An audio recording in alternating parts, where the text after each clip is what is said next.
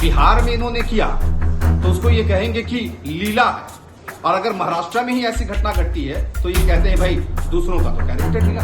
नेता प्रतिपक्ष तेजस्वी यादव जी के चेहरे पे बड़ी खुशी है, लेकिन हमें समझ में नहीं आता कि जब इसी तरह की घटना अगर दूसरे राज्यों में चलती है तो ये छात्र। बिहार की सियासत से जुड़ी एक बड़ी खबर, एआईएमआईएम के 4 विधायक आरजेडी में शामिल हो गए और इसी के साथ आरजेडी बिहार की सबसे बड़ी पार्टी बन गई। इसके विधायकों की कुल संख्या हो गई 80 और इस मसले के बाद, इस घटना के बाद हम पार्टी के राष्ट्रीय प्रवक्ता दानिश रिजवान ने तेजस्वी यादव पर, आरजेडी पर हमला बोला और कहा कि महाराष्ट्र में जब बीजेपी किसी पार्टी को तोड़ती है तब आरजेडी के पेट में दर्द होता है। वो कहते हैं कि बीजेपी का कैरेक्टर ढीला है, लेकिन अब वो खुद ओवैसी की पार्टी के विधायक को तोड़ लिए हैं और वो इसे लीला बता रहे हैं। क्या कुछ कह रहे हैं दानिश रिजवान, पहले आप सुनिए फिर बात करें।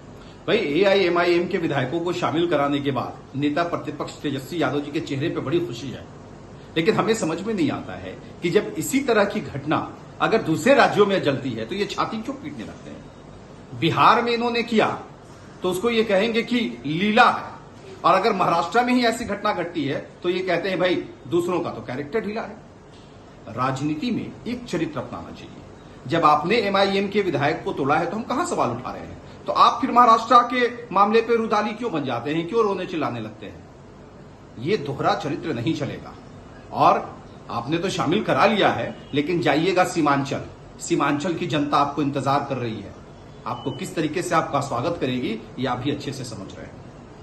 तो आपने सुना, दानिश रिजवान जो है वो आरजेडी पर यह आरोप लगा रहे हैं कि कब जब बीजेपी किसी अन्य राज्य में किसी पार्टी को तोड़ती है तब इनके पेट में दर्द होता है, लेकिन बिहार में खुद ओवैसी की पार्टी को तोड़ लिया है। बता दें कि एआईएमआईएम के 4 विधायक जो हैं वो आरजेडी में शामिल हो गए और इससे उसके विधायकों की संख्या जो है वो 80 पहुंच गई है और इस वक्त सबसे बड़ी पार्टी है। कहा यह भी जा रहा है कि इस पूरे प्रकरण में पर्दे के पीछे नीतीश कुमार का दिमाग है और ये इसलिए किया गया है ताकि जब नीतीश कुमार बीजेपी से अलग होकर आरजेडी के साथ आए तब संविधान के अकॉर्डिंग उनके पास ये तर्क रहे कि आरजेडी सबसे बड़ी पार्टी है, इसलिए उसे जो है बहुमत साबित करने का मौका मिलना चाहिए।